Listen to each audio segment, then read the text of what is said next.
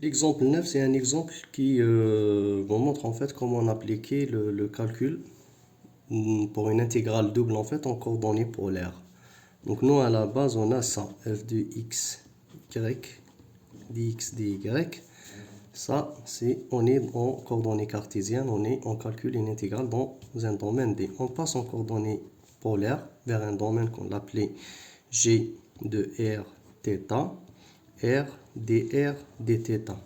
D'accord?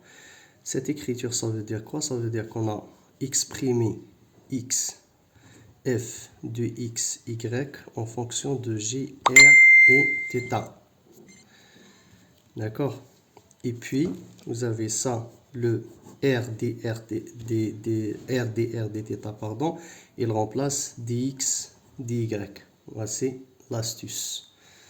D'accord? Vous avez un exemple ici, on vous demande de calculer cette intégrale. I est égal à l'intégrale double de 1 sur x carré plus y carré dx, dy, avec on vous a donné, pardon, le domaine D, c'est tous les couples x, y, tels que x carré plus y carré sont compris entre 1 et 4, et x est supérieur ou égal à 0 et y supérieur ou égal à 0.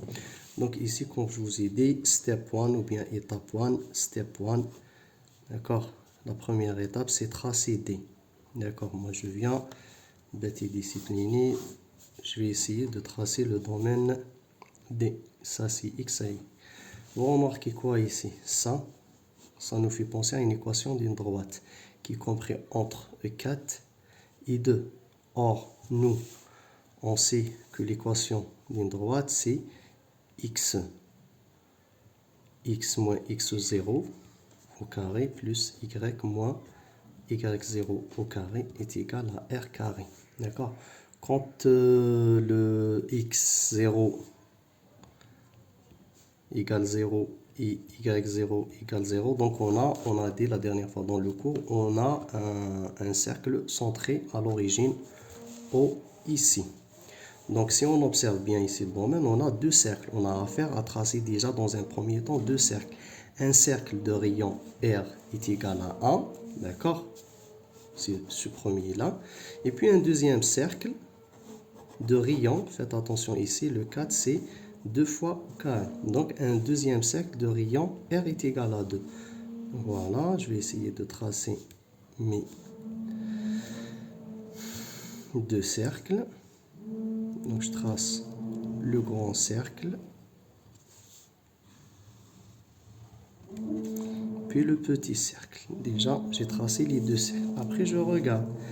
J'ai une information supplémentaire qui dit que voilà, tous les x positifs et tous les y positifs. Donc, le domaine D se trouve dans ce quart de cercle, c'est-à-dire le plan x, o, y. D'accord?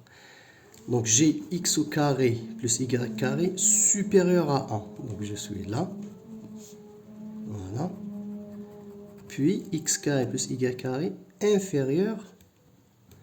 Vous voulez, ça c'est pour la première. Donc x carré plus y carré à 1. Et puis la deuxième condition ici, x carré plus y carré inférieur ou égal à 4.